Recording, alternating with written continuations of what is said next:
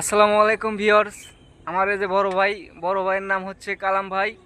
তো কালাম ভাই 2009 সালে আমাদের সিরাজগঞ্জ রোড থেকে সকাল 8টার সময় রওনা দিচ্ছিল ওই সাইকেল নিয়ে গোবিন্দগঞ্জ।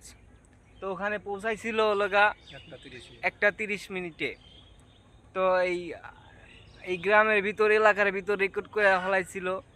তে কেউ যদি পারেন কালাম ভাইয়ের মতন যাইতে অবশ্যই জানাবেন। তবে আমার জানা মতন কেউ এটা করে নাই। তো কালাম ভাই করছে যে সাইকেল নিয়ে সিরাজগঞ্জ রোড থেকে গাইবান্ধা গোবিন্দগঞ্জ গিয়েছিল। তো আজকে ভাই বলতেছে যে এই সাইকেল নিয়ে এক সময় গেছিলাম গোবিন্দগঞ্জ।